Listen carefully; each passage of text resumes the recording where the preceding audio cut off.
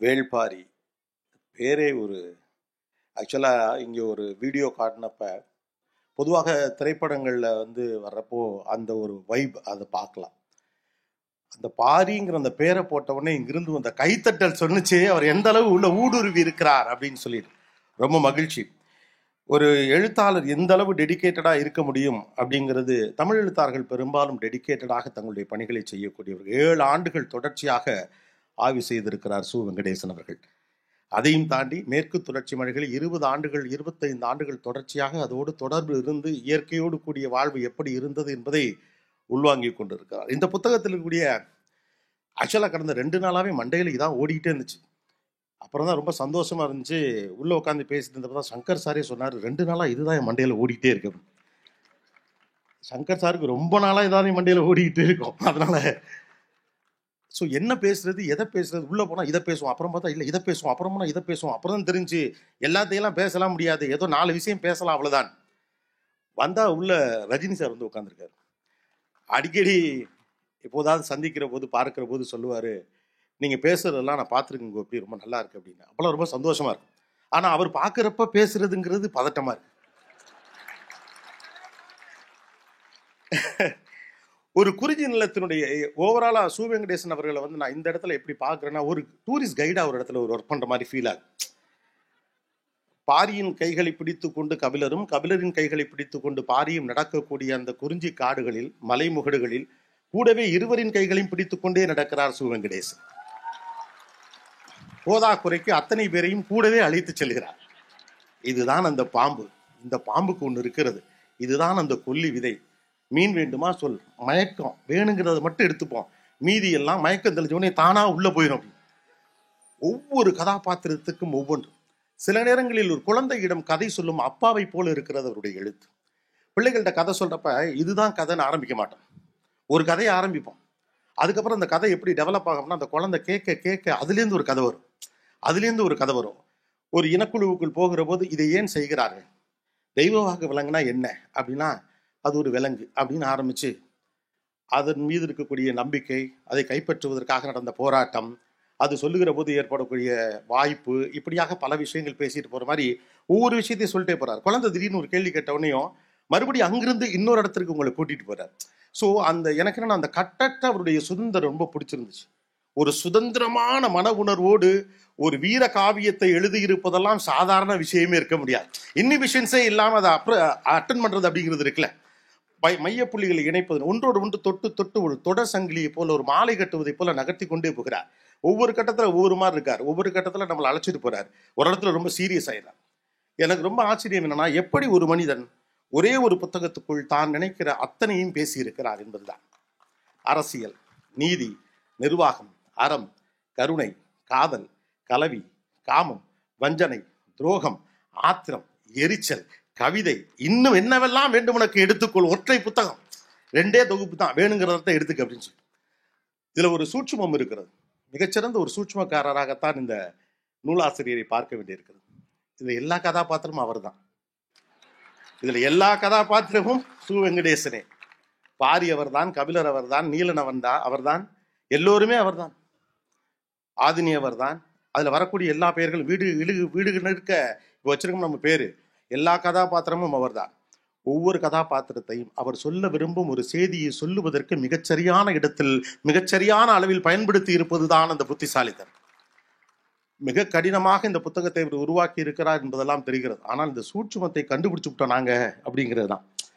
சில விலங்கு, உங்கள் கதையில் வரக்கூடிய, உங்களுடைய வேள்பாரியில் வரக்கூடிய சில விலங்குகளுக்கு இருக்கக்கூடிய சில தனித்த குணம் போல சில உண்டு. சில எழுத்தாளர்களுக்கு, சில படைப்பாளிகளுக்கு இப்படி ஒன்று உண்டு. ஒரு விலங்கை பற்றி சொல்லுவாங்க. நான் ஒரு ஃபேண்டசியான ஒரு அனிமல் பற்றி படிச்சிருக்கேன். அது கடிச்சிருச்சுன்னா, இல்லை அது நம்மளை பிடிச்சிருச்சுன்னா நாமளும் அதுவாகவே மாறிடுவோம். வேள்பாரி படிக்கிறவரும் வெங்கடேசன் ஆகிறார். எனக்கு கற்பனை வரும். அந்த ஃபேண்டசிக்குள்ள போற போது அழகால் அடித்துக் கொள்ளும் ஒரு பறவை, அது எப்படி ஆந்தை முகத்தோடு ஒரு மிருகம், இது என்னது, இது எங்க இருக்குன்னு எனக்கு பெரும் சந்தேகம் வந்தது. நிறைய பேருக்கு நிறைய சந்தேகங்கள் இருந்திருக்கலாம். சந்தேகம் இருக்கிற போதெல்லாம் நானும் சற்றும் யோசிப்பதே இல்லை, சம்பந்தப்பட்டவருக்கே பேசிடுவேன். 20 ஆண்டுகளாக என்னால் ஒரு நிகழ்ச்சியை நடத்த முடிவதற்கான ஒரே காரணம் அதுதான். சந்தேகம் வந்தால் யோசிக்க கூடாது, சம்பந்தப்பட்டவங்கள்ட்ட கூச்சம் இல்லாமல் கேட்டேன். நேற்று அவருக்கே ஃபோன் பண்ணிட்டேன். இதில் வரக்கூடிய கதாபாத்திரங்கள்ல எதெல்லாம் உண்மை, எதெல்லாம் கற்பனை, எனக்கே புரியலை சார் அப்படின்னு சொன்னால் மிக அற்புதமாக இருக்கிறது. என்னன்னா, கற்பனை என்று நாம் நினைத்து கொண்டிருக்கக்கூடிய பல்வேறு கதாபாத்திரங்களுடைய உண்மைத்தன்மை. கதாபாத்திரம் என்று சொல்லுவது நான் மனிதர்களை பற்றி மட்டும் சொல்லலை. அதில் வரக்கூடிய பாம்பிலிருந்து தொடங்கி பறவையிலிருந்து, மிருகத்திலிருந்து, மரத்திலிருந்து, செடியிலிருந்து, கொடியிலிருந்து, கொப்பிலிருந்து, கொம்பிலிருந்து. கொப்புனா என்ன, கிளைனா என்ன, கொப்பு தான் கொம்பாச்சான்லாம் விளக்கம் கொடுத்துட்டு போறார்.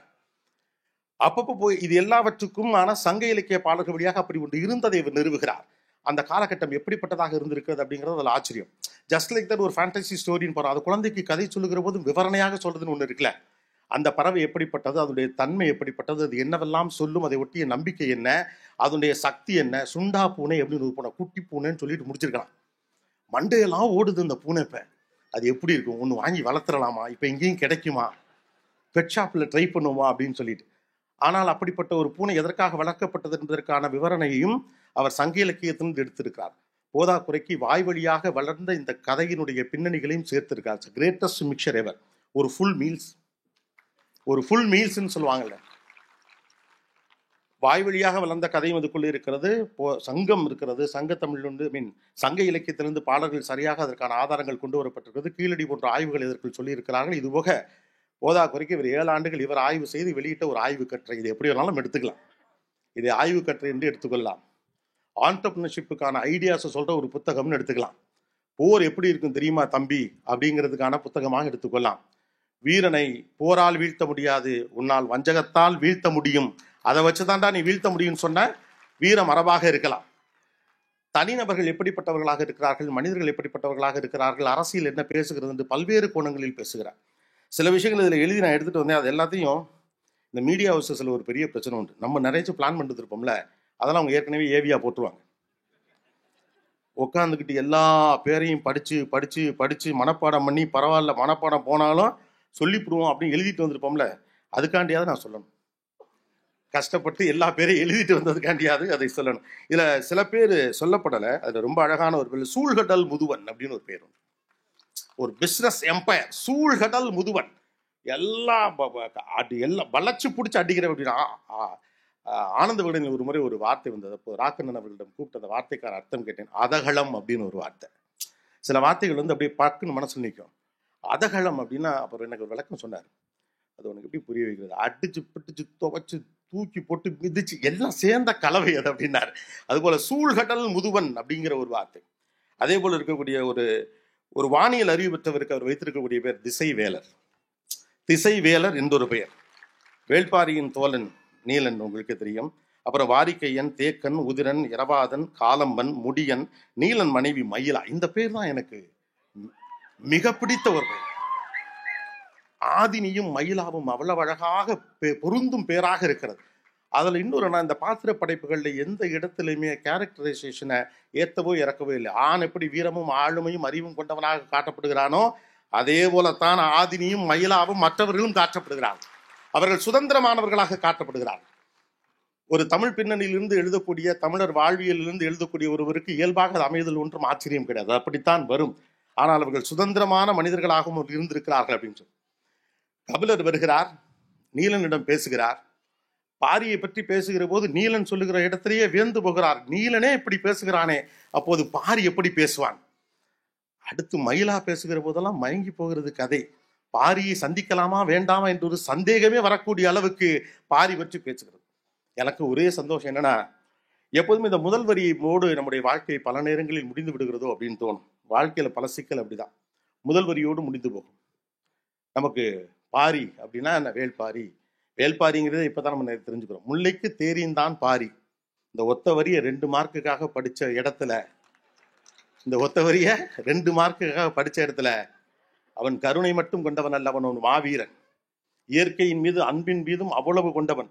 மக்களின் சுதந்திரத்திற்காகவும் அவர்களுடைய மனதுக்காகவும் அவர்களுடைய நேர்மைக்காகவும் வாழ்ந்த ஒரு மாபெரும் மனிதன். அஞ்சா நெஞ்சன், ஒரு பெரிய போர் வீரன் அப்படிங்கிற எல்லாத்தையும் கொண்டு வந்து சேர்த்ததுன்னு இருக்குல்ல. ஆக்சுவலாக ஒரு சமூகம் வளர வளர அடுத்த கட்டத்தை நோக்கி நகரணும், முதல் வரியை தாண்டி நகரணும். நமக்கு அது பெரும் சிக்கல். உலகத்திலேயே அதிக மக்கள் தொகை கொண்ட நாடு எதுன்னு கேட்டால் பட்டு நம்ம இப்போ இந்தியான்னு சொல்லிடுவோம். இப்போ நம்ம ஃபர்ஸ்ட் பிளேஸில் இருக்கிறதுனால அடுத்த இடம் அப்படின்னம்னா எல்லாருமே சொல்லிவிடுவோம் சீனா, ஏன்னா ஏற்கனவே ஃபர்ஸ்ட்ல இருந்தான். ஓகே, 3வது யாருன்னு கேட்டோம்னா 30 பேர்ல 3 பேருக்கு தெரிஞ்சா பெருசு, நம்ம அடுத்து தாண்டி போகவே மாட்டோம், ஏன்னா நமக்கு தேவையில்லை. 4வது அதுக்கு நமக்கு சம்மந்தமே இல்லை. ஆனால் ஒரு சமூகம் அடுத்த கட்டத்தை நோக்கி நகரன்னா முதல் கட்ட தகவலை தாண்டி போகணும். இந்த மாதிரியான புத்தகங்கள் அந்த மாதிரி அடுத்த கட்ட நகர்வை நோக்கி நகர்த்துவது தான் ரொம்ப முக்கியமாக இருக்கிறது. ஏற்கனவே பிரபலமாக இருக்கக்கூடிய வரலாறை தாண்டி சிலருடைய வரலாறை எடுத்து சொல்லுகிற போது ஏற்படுகிற நம்பிக்கையை இது விதைத்திருக்கிறது. பாரி என்பது பெயர் அல்ல, அது ஒரு நம்பிக்கை, அது ஒரு குறியீடு, அது ஒரு அடையாளம், அறத்தின் அடையாளம், அன்பின் அடையாளம், இயற்கை என்னும் கொடையை எப்படி பயன்படுத்த வேண்டும் என்ற ஒரு நெறிக்கான ஒரு அடையாளம். அதே போல ஒரு படத்துல பஞ்ச் டயலாக் வைக்கிறதுலாம் உண்டு. புத்தகம் முழுக்க பஞ்ச் டயலாக்ஸ்னு சொல்ல முடியாத பஞ்ச் வரிகளாக வைத்துக் கொண்டிருப்பது. அதான் நான் சொன்னேன், இந்த புத்தகத்தை அவர் வெவ்வேறு விஷயங்கள் அணுகியிருக்கார். குழந்தைக்கு கதை சொல்லுவது போலத்தான் அது எனக்கு இருக்குது. அவருக்கு திடீர்னு ஒரு விஷயத்த சொல்றதுக்கு ஒரு ஆள் தேவைப்பட்டா அதுக்கு ஒரு கேரக்டர் இங்கே வந்துடுறாரு. அந்த கேரக்டர் அதை பேசும். அந்த கேரக்டருக்கு அதுக்கான டைனமிக்ஸையும் அவர் பில்ட் பண்ணிடுறார். எதையொன்றையும் தேவையாக மாற்றுவதுதான் வணிகம். எதில் எழுதியிருக்குது? வரலாறு பேசுகிற ஒரு புத்தகத்துக்குள்ள இருக்கிற வார்த்தை எதையொன்றையும் தேவையாக மாற்றுவதுதான் வணிகம். ராத்திரி 2 மணிக்கு போனை போட்டு பிரியாணி தின்னாதான் இட்ஸ் அ பிளெஸ்ன்னு ஃபீல் பண்ற ஒரு உலகத்துக்கு செய்தி 2000 வருடத்திற்கு முன்பு இருந்து வருகிறது. The most contemporary. ஒரு எழுத்து ரெலவெண்டா இருக்கணும், காலத்தை கடந்து அந்த காலத்தோடு அது தொடர்பு படுத்தணும். சமகால மனிதர்களின் உளவியலையும் அதன் சிக்கலையும் அவர்களுடைய வணிகத்தையும் அவருடைய வாழ்க்கையும் அவருடைய அரசியலையும் அது தொடர்பு படுத்த வேண்டும். புத்தகம் முழுக்க அப்படியான கருத்துக்கள் தான் விரவி கிடக்கிறது. அதைத்தான் இந்த புத்தகத்துடைய சூட்சமமாக நான் பார்க்கிறேன். ஒரு மேலாண்மை புத்தகம் என்று எடுத்து கணக்கில் எடுத்துக்கிட்டோம்னா இது ஒரு மேலாண்மை புத்தகம். அரசியல் புத்தகம் எடுத்துக்கிட்டா அரசியல் புத்தகம். எல்லாத்தையும் தாண்டி இது சு வெங்கடேசனின் புத்தகம். எல்லாரும் சு வெங்கடேசனாக இருப்பதால். ஸோ இதில் இருக்கக்கூடிய முக்கியமான இந்த இது எனக்கு ரொம்ப பிடிச்சிருந்துச்சு. இன்னைக்கு இருக்கக்கூடிய கன்சூமரிக் ஆட்டிடியூட்ல ஒரு மாலுக்கு நம்ம போறப்போ எதை வாங்கணும்னு போறோமோ அதை தவிர மீதி எல்லாத்தையும் வாங்கிட்டு எதை வாங்க போனோமோ அதுக்காக பணம் இல்லாமல் திரும்ப வந்து நாளைக்கு போவோமான்னு கேட்குற ஒரு ஊர்ல இந்த வார்த்தை எனக்கு ரொம்ப முக்கியமானதாக படுகிறது. அதை வாரன் பஃபெட் தான் சொல்ல வேண்டும் என்ற அவசியம் இல்லை. ஒரு வரலாற்று நூல் வழியாக சு வெங்கடேசனும் சொல்லுவார். தேவையே இல்லாத பொருட்கள் எல்லாத்தையும் வாங்கி வாங்கி குவித்து, இந்த வார்த்தை வந்த பிறகுதான் கவனிச்சப்பட்டு தெரிஞ்சு எல்லாத்தையுமே முக்கியமானதாகவே மாற்றி வைத்திருக்கிறோம். லக்ஸுரின்னு ஒன்று இப்போ இல்லவே இல்லை. எனக்கு இது வேணுமா வேணாமாங்கிறத பற்றி நான் முடிவே பண்ணலை. இது உனக்கு வேணும், இல்லைன்னா அது உனக்கு கௌரவ குறைச்ச, இல்லைன்னா உன்னை ஒருத்தனை மதிக்க மாட்டான், இல்லைன்னா உன் வாழ்க்கை நிறைவடையாது. பெரிதாக யோசின்னு போனது போக big size king size life வாழு அப்படின்னு சொல்லி எல்லாரையும் ஒரு கன்சியூமராக மாற்றி கொண்டிருக்கக்கூடிய ஒரு காலகட்டத்துக்குள்ள ஆன்லைன்ல கார்ட்டிங் அப்படிங்கிறது டிசீஸா மாறிக்கிட்டு இருக்கு அப்படின்னு சொல்லுவாங்க. எல்லாத்தையும் எடுத்து காட்டில் போட்டுக்கிட்டே இருக்குது. எதுக்கு வேணும், எதுக்கு வேணாம், எதுக்கு வேணும். வீட்டில் எந்த பொருள் வைக்க இடமே இல்லை. வீடு பெருசாக தான் இருக்கு, தேவையில்லாமல் நிறைய பொருள் உள்ள இருக்கு. அத்தை வீட்டில் பார்த்தது, சித்தி வீட்டில் பார்த்தது, அது கூட அப்புறமா வாங்கிக்கலாம். நாத்தனார் வீட்டில் பார்த்தது எல்லாம் 4 நாளைக்குள் வாங்கவில்லை என்றால் எங்கள் கௌரவம் தரிகட்டு போகும் என்ற இடத்தில் இந்த வார்த்தை எனக்கு ரொம்ப பிடித்திருந்தது. எதையொன்றையும் தேவையாக மாற்றுவதுதான் வணிகம். இரண்டாவது ரொம்ப நுட்பமானது. இது ஒரு பக்கம் ஒரு ஆண்டர்பிரினர், ஒரு பிஸ்னஸ் அல்லது இன்னைக்கு இருக்கக்கூடிய ஒரு அட்வர்டைஸ்மெண்ட் ஃபார்மட் அல்லது கன்சூமரிசத்தை பற்றி பேசுகிறதுனா, இன்னொன்று ஈகை அற்புதத்தை பேசுகிறது. அவர் வள்ளல் தன்மை கொண்ட மனிதர். ஓகே, பாரியும் வள்ளல் தன்மையும் ஒன்றோடு ஒன்று இணைந்தது, முல்லைக்கு தேரிந்தான் பாரி. அதைத்தான் அங்க அழகா அவர் சொல்றாரு. வள்ளல் தன்மை என்பது நிர்வாகத்திறன் அல்ல, அது குழந்தையின் குரல் கேட்ட கணத்தில் பால் கசியின் தாயின் மார்பை போன்றது. அப்படி வரணும். அப்படின்னு அது கணக்கு போட்டு பண்ற வேலையெல்லாம் கிடையாது. இதை செய்தால் இது நடக்கும், இதன் வழியாக இதை உருவாக்கி கொள்ள முடியும், இதை நம்ம செஞ்சோம்னா. ஏன்னா இப்ப வள்ளல் தன்மையெல்லாம் நம்ம அப்படித்தான் வச்சிருக்கோம். ரொம்ப ஜெனரஸ். 5001 ரூபா மையெழுத்தம் ஜெனரஸா இருக்கணும். ஏன் கஷ்டப்படுறாங்க? 10,002 ரூபாய் அது கட்டாயம் வரும், நமக்கு கணக்கு தெரியும் இல்லையா? 100 ரூபாய்க்கு பொருள் வாங்கி கொடுத்துட்டு 300 போட்டா இருக்கிற கதையெல்லாம் நடந்து கொண்டு இருக்கக்கூடிய ஒரு காலகட்டத்தில் வள்ளல் தன்மை என்பது இயல்பாக வரக்கூடிய ஒரு குணம், ஒரு தாயினுடைய குணத்தை போன்றது அப்படிங்கிற ஒரு அந்த உணர்வு இருக்குல்ல. வள்ளல் தன்மை நிர்வாகத்திறன், அது பிளான் போட்டெல்லாம் செஞ்சிடலாம் முடியாது அப்படின்னு ஒண்ணு இருக்குல்ல. அது ஒரு இயல்பாக வரக்கூடிய குணமாக இருக்க வேண்டும். தமிழ் இருக்கிறது அப்படித்தான் இருந்திருக்கிறது அப்படின்னு. இப்போது நம்மகிட்ட வள்ளல் தன்மை இருக்கிறது. ஆனால் அதெல்லாம் கொஞ்சம் மாறிக்கொண்டு இருக்கக்கூடிய இந்த காலகட்டத்தில் இதனால் எனக்கு பலன் கிடைக்கும், இந்த சொந்தக்காரனுக்கு நான் இதை செஞ்சா எனக்கு பலன் கிடைக்கும், அல்லது என் நண்பனுக்கு நான் இதை செஞ்சா பலன் கிடைக்கும். நம்மளுடைய நெட்வொர்க்கிங் நம்ம பண்ணக்கூடிய எல்லா விஷயத்தின் பின்னாலும் வள்ளல் தன்மை எதுவும் கிடையாது. எல்லாமே இன்னைக்கு ஒன்று செஞ்சா நாளைக்கு நமக்கு கிடைக்கும், 1 போட்டா 2 கிடைக்குமா, 2 போட்டா 4 கிடைக்குமாங்கிற கணக்கு நடந்து கொண்டு இருக்கக்கூடிய காலகட்டத்தில் வள்ளல் தன்மைக்கான ஒரு டெஃபினேஷன் இதன் வழியாக சொன்னது போல தெரிகிறது. தான் நம்ம இதில் ஏற்கனவே பல வார்த்தைகள் இருக்குது. இடது கை கொடுக்கிறது, இன்னும் வலது கை கொடுப்பது இடது கைக்கு தெரியக்கூடாது அப்படின்னா பல வார்த்தைகள் இருந்தாலும் கூட எனக்கு ரொம்ப நுட்பமான விஷயமாக தெரிந்தது. 3வது, தீமையை கனப்பொழுதில் மாற்ற முடிகிற வல்லமை வார்த்தைகளுக்கு உண்டு. அடே அப்பா, எனக்கு அது ரொம்ப பர்சனலா கனெக்ட் ஆச்சு. நிறைய வார்த்தைகளை கோர்த்து ஒரு நிகழ்ச்சியை நடத்தும் வேலை எனக்கு உண்டு. வார்த்தைகள் எவ்வளவு வலிமையானது என்று நான் அறிவேன். ஒரு நீயான நிகழ்ச்சியில ஒரு அம்மா வந்து சொன்னாங்க, உங்களை நெகிழ வைத்த வார்த்தைகள் எந்த வார்த்தையை கேட்டபோட்டு நீங்கள் கண்ணீர் விட்டு அழுதீர்கள் அப்படின்னு கேட்டப்ப அவங்க சொன்னாங்க, நான் ஒரு பகுதியில் குடியிருந்தேன், எதிர் வீட்டில் ஒரு அம்மா இருப்பார், எப்போதாவது பார்க்கிற போது புன்னகைக்கக்கூடிய ஒருவர், அவ்வளவுதான். நானும் என்னுடைய அப்பாவும் மட்டும் இருந்தோம். திடீரென்று ஒரு நாள் அப்பா இறந்து போகிறார். அந்த பொண்ணுக்கு என்ன செய்யறதுன்னு தெரியல. அப்படியே உட்காந்துருக்காங்க. அப்பா இறந்துட்டார். என்ன செய்யறது, யாரை அணுகிறது ஒண்ணுமே தெரியல. ஏதோ ஒன்று தெரியுது, பிரச்சனை இருக்குன்னு தெரிஞ்சு எதிர்த்த வீட்டிலேருந்து அந்த அம்மா வராங்க.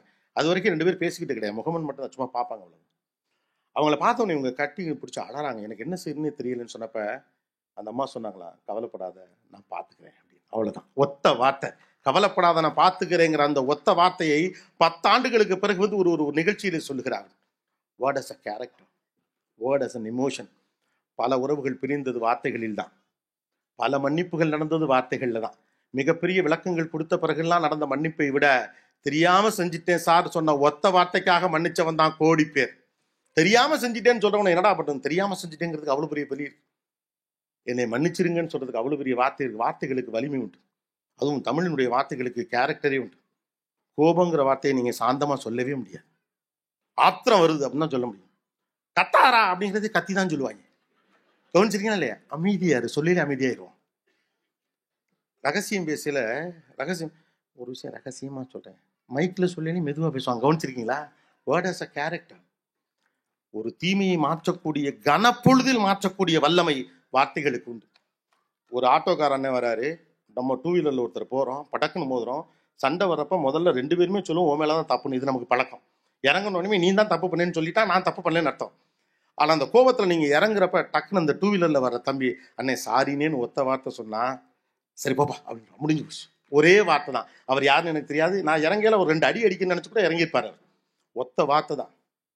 10 ஆண்டுகளாக விரோதம், 15 ஆண்டுகளாக பேச்சுவார்த்தை இல்லை. ஏதோ ஒரு கல்யாண வீட்டில் பொது நிகழ்ச்சியில் 2 குடும்பமும் சந்திக்கிறது. நீ செத்தா நான் வரமாட்டேன், நான் செத்தா நீ வரக்கூடாதுன்னு சொல்லக்கூடிய ஒரு வாழ்க்கை முறைக்குள், சண்டைக்குள் இருந்த குடும்பம். 2 பேரும் நேருங்க தான் சந்திச்சு விட்டாங்க. என்ன பண்றதுன்னு தெரியல. இந்த பக்கத்தில் இருக்கவர் அவர் எப்படி எதிர்கொள்றதுன்னு தெரியாம நல்லா இருக்கியான்னு ஒரு வார்த்தை கேட்டுவிட்டார். அவ்வளவுதான். கட் பண்ணோம்னா பந்தியில 2 பேரும் கறிச்சோறு சாப்பிட்டு இருக்காங்க. ஆமா, 15 வருஷத்துக்கு முன்னால நம்ம எதுக்குடா சண்டை போட்டோம்? சண்டை எதுக்கு போட்டோம்னே தெரியல. ஒத்த வார்த்தை பேசி முடிச்சுட்டு போயிடுச்சு. நல்லா இருக்கியாங்கிற ஒரு வார்த்தை நிச்சயமா மாற்றும். தீமையை கனப்பொழுதில் மாற்ற முடிகிற வல்லமை வார்த்தைகளுக்கு உண்டு அப்படிங்கிற அந்த பஞ்ச் டயலாக் அப்படின்னு தான் நான் சொல்லுவேன். அது எனக்கு ரொம்ப பிடிச்சிருந்தது. அதே போல மண் என்பது போரால் கிடைக்கும், மனம் என்பது உயிரால் தான். உங்கள் அதிகாரத்தின் வழியாக நீங்கள் ஒன்றை எக்ஸிக்யூட் பண்ணிட முடியும். ஆனால் மக்களின் மனதை வெல்வதுதான் உலகத்தின் ஆகப்பெரிய அதிகாரம். ஒரு போருக்கான, ஒரு அரசியலுக்கான, ஒரு நீதிக்கான, ஒரு அறத்துக்கான ஒரு கூற்றை சொல்லுதல் ஒன்று இருக்குல்ல. மண் என்பது போரால் கிடைக்கும், மனம் என்பது உயிரால் தான். மனிதனுடைய மனத்தை வெல்லுவதுதான் அது. அது கம்பெனியா இருந்தாலும் சரி, மீடியாவா இருந்தாலும் சரி, அரசியலா இருந்தாலும் சரி, எதுவாக இருந்தாலும் சரிதான். நீங்க ஃபோர்ஸ் பண்ணி ஒருத்தர் வேலையை வாங்கிடலாம். ஆனா இன்வால்மெண்ட் உங்களால ஒரு நாள் வாங்கிடவே முடியாது. உங்கள் கையில் அதிகாரம் இருக்கிற காரணத்தினால் இதை செய் நீ என்று உத்தரவிட்டு விடலாம், அந்த வேலையும் கூட நடந்து விடலாம். ஆனால் அது முழு மனதோடு நடந்ததா என்ற ஒரு மிகப்பெரிய கேள்வி இருக்கிறது. இப்படி நெடுக போய்கொண்டே இருக்கிறது. ஒவ்வொரு கட்டத்திலும் ஒவ்வொன்றை சொல்லிக்கொண்டே இருக்கலாம். இப்ப 4 டைமென்ஷன்லாம் எடுத்ததுக்கான காரணம், ஒன்று போரை பேசுகிறது, இன்னொன்று வாழ்வியலை பேசுகிறது, இன்னொன்று வணிகத்தை பற்றி பேசுகிறது, இன்னொன்று சமகாலத்தை பற்றி பேசுகிறது. எல்லாமே ரெலவெண்டா இருக்கு. அதனாலதான் நான் சொன்னேன், இவர் பாரியின் கையையும் கபிலரின் கையையும் பிடித்து கொண்டு கூடவே நம்மையும் அழைத்து கொண்டே போகிறார். பின்னால் போகிற ஒவ்வொருவரும் அதுக்குள்ளே போறோம். காடு மலையெல்லாம் ஏறி இறங்குகிறார் சூவெங்கடேசன், கூடவே நம்மையும் அழைத்து கொண்டு போகிறார். ஆனால் சற்றும் களைப்பாக இல்லை. புத்தகத்தை மூடி வைக்க மனசே வரவில்லை. எனக்கு இந்த புத்தகம் பரிசாக கிடைத்தது. ஒரு புத்தக கண்காட்சியில் பேச போன போது இந்த 2 தொகுப்பையும் என்னிடம் கொடுத்தாரு. நான் போட்டோக்கு போஸ்ட் கொடுக்கல, இப்படி பிடிச்சி படக்கு முடி கீழே போயிட்டேன். ஏடா இவ்வளவு வெயிட்டா இருக்கு இந்த ஒரு புத்தகம் அப்படின்ட்டு. அவ்வளவு வெயிட் இருக்க தானே செய்யும். எத்தனை உணர்வுகளை தாங்கி இருக்கிறது அந்த புத்தகம். எவ்வளவு கவலைகளையும், போரையும், வஞ்சகத்தையும், மன்னிப்பையும், காதலையும். ஐயோ, பெரிய காதலை இவ்வளவு அழகாலாம் சொல்லிலாம் ரொம்ப நாளாச்சு சார். ரொம்ப மகிழ்ச்சி இந்த மாதிரியான நிகழ்ச்சியில் வந்து பேசுவதற்கான வாய்ப்பு கிடைத்ததற்கு. மற்றவர்களும் பேசுவதற்கான எனக்கு ஒரு 20 நிமிடம் கொடுத்துருந்தாங்க. ஸோ அதனால இதோட இந்த இடத்துக்கு வரணும்னு. பட் எனக்கு ரொம்ப மகிழ்ச்சியான விஷயம் இதோடைய ஓவியங்கள். ஐயா மணியன் செல்வம் அவர்களுக்கு உண்மையிலேயே, ஏன்னா இனிமே என்ன வேணாலும் வரட்டும், ஏஐ வரட்டும், இதெல்லாம் வரட்டும், இந்த ஸ்ட்ரோக்கை யாராலையும் கொண்டு வர முடியுமான்னு எனக்கு தெரியல. கண் முன்னால் வந்து நிற்கிறாள் ஆதினி. ஒவ்வொருத்தரும் கண் முன்னால் வராங்க. பாரு அந்த லுக் அண்ட் ஃபீல் பாருங்க. இவர் எப்படி இருப்பார்னு எப்படி இது பண்ண முடியும்? இது எல்லாவற்றையும் விட ஒன்று என்னன்னா, தான் உணர்ந்த ஒன்றை, தான் நேசிக்கிற ஒன்றை, தான் நம்புகிற ஒன்றை, தான் பார்த்த ஒன்றை, தன்னுடைய கற்பனையெல்லாம் தாண்டிய ஒன்றை, தன்னுடைய கட்டற்ற சுதந்திரமான கற்பனையால் கிடைத்த உணர்வையும் தகிப்பையும் அந்த வாந்த தன்னுடைய வாசகனுக்கு கொண்டு போய் சேர்ப்பது என்பது ஒரு எழுத்தானக்கு எளிதான விஷயம் அல்ல. அது மிக இயல்பாக வாய்த்திருக்கிறது சு வெங்கடேசன் அவர்களுக்கு. வாழ்த்துக்கள் சார். பாரியின் வாசகர்களுக்கு நன்றியும் வாழ்த்துக்களும். நன்றி.